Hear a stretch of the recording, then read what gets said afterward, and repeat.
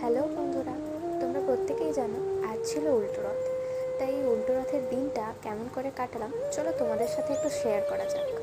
সকাল সকাল ঘুম থেকে উঠে স্নান করে চলে গেছিলাম গপু আর যোগুকে সাজাতে। তাদেরকেও সুন্দর করে স্নান করিয়ে জামা কাপড় পরিয়ে ফুল দিয়ে সমস্তটা সাজিয়ে ফেললাম। দেখতেই পাচ্ছ, সুন্দর করে তাদের দুজনকে কিন্তু রেডি করে ফেলেছি। এরপর আমি আমার পুজোটা কমপ্লিট করে ফেলি। এরপর সন্ধে হতেই চলে গিয়েছিলাম রথ টানতে। আর প্রচুর মানুষও ভিড় করেছিল সেই রথ টানতে। সুন্দর করে রথটাকে সাজানো হয়েছিল। জগন্নাথ দেব, বলরাম, সুভদ্রা সবাইকেই অপূর্ব লাগছিল।